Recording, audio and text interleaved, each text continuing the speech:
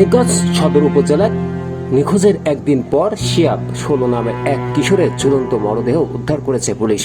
আজ রোববার ৯ আগস্ট সকাল ৬টার দিকে সদর উপজেলার জাগির ইউনিয়নের ধলেশ্বরী নদী সংলগ্ন ব্রিজের পাশে একটি মাঠের শহীদ মিনার থেকে মরদেহটি উদ্ধার করা হয়। নিহত শিয়াব মানিকগঞ্জ সদর উপজেলার হিজুলি গ্রামের সেলিমের ছেলে। তিনি দীর্ঘদিন ধরে একই উপজেলার মেক্সিমুল এলাকায় তার নানার বাড়িতে থেকে জীবনযাপন করছিলেন। স্থানীয় ও পরিবার সূত্রে জানা গেছে, শিয়াব মানিকগঞ্জ বাস স্ট্যান্ডে কাঁচা বাজারে স্থানীয় মাছ ব্যবসায়ী মোহাম্মদ মনির হোসেনের দোকানে কর্মচারী হিসেবে কাজ করতেন। প্রতিদিনের মতো কাজ করলেও গতকাল শনিবার তিনি ছুটি নিয়ে কর্মস্থলে যাননি। এরপর শনিবার রাত থেকে শিয়াবের কোনো খোঁজ পাচ্ছিল না তার পরিবার ও স্বজনরা। সম্ভাব্য বিভিন্ন স্থানে খোঁজাখুঁজি করেও রাত পর্যন্ত তার কোনো সন্ধান পাননি। পরদিন রোববার সকালে ধলেশ্বরী ব্রিজ সংলগ্ন মাঠের পাশে থাকা শহীদ মিনারে এক কিশোরের দেহ ঝুলতে দেখেন স্থানীয় বাসিন্দারা। কাছে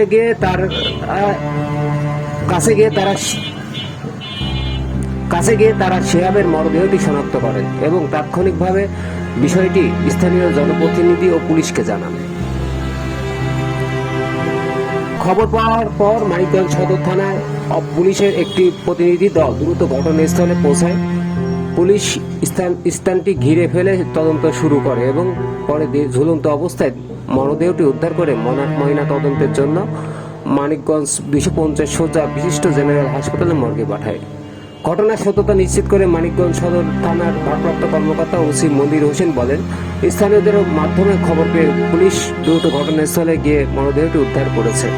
এটি হত্যা না আত্মহত্যা সে বিষয়ে এখনই নিশ্চিত করে কিছু বলা যাচ্ছে না। ময়না তদন্তের প্রতিবেদন হাতে পেলেই সঠিক মৃত্যুর কারণ জানা সম্ভব হবে।